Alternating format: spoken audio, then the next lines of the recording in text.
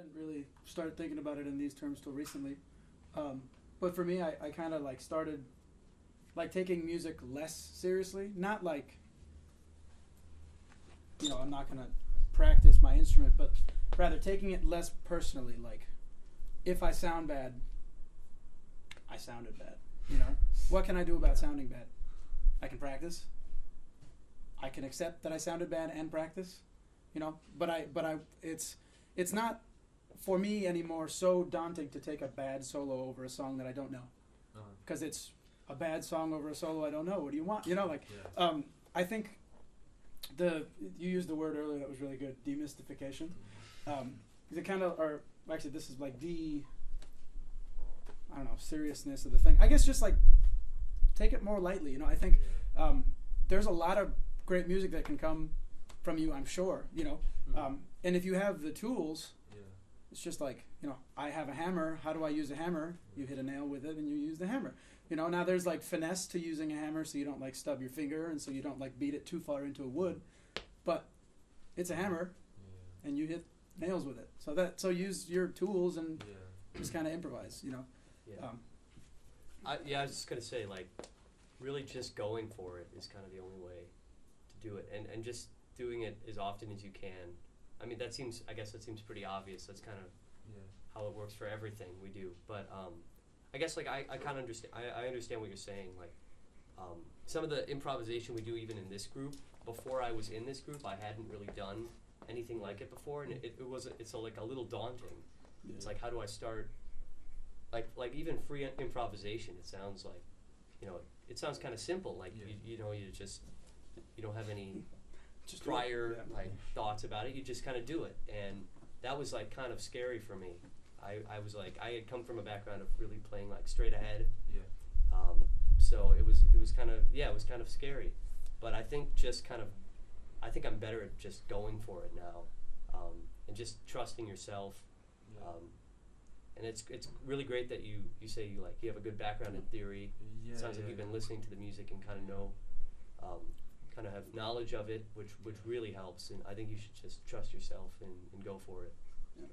That was 100% me from the beginning. I was, I had learned a lot of like basic music theory while I was just like strumming chords and singing. So my theory was far beyond my playing, because I would just play chords, but I couldn't really improvise. And then I was at this band camp, and they asked me to take a solo or something, and I was like, solo? No way.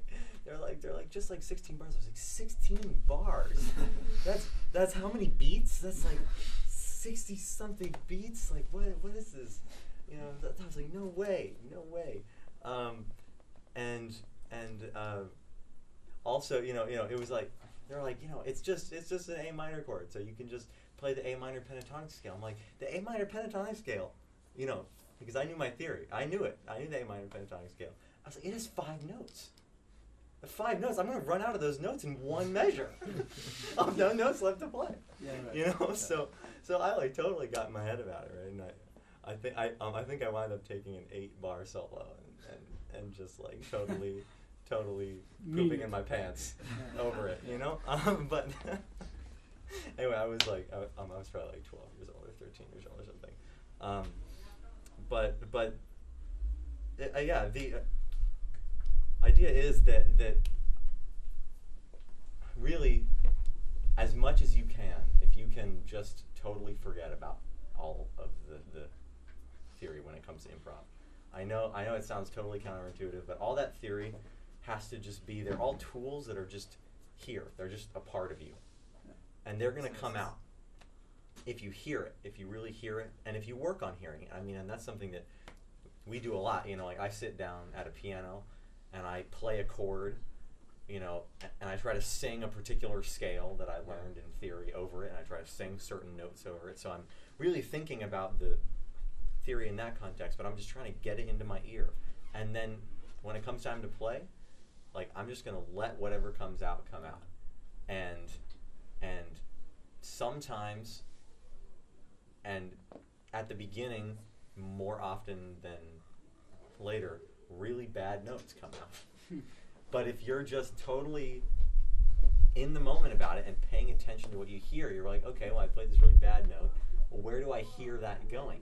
Maybe that bad note's actually going to be a really good note over the next chord. Yeah. So I'm going to keep playing it until we get to that next chord. Or maybe a really good note is actually one step higher, and I'll just resolve, and then it'll be beautiful, you know. And it's just you allowing that music theory to just serve your ears, but not you know, get so worked up in it.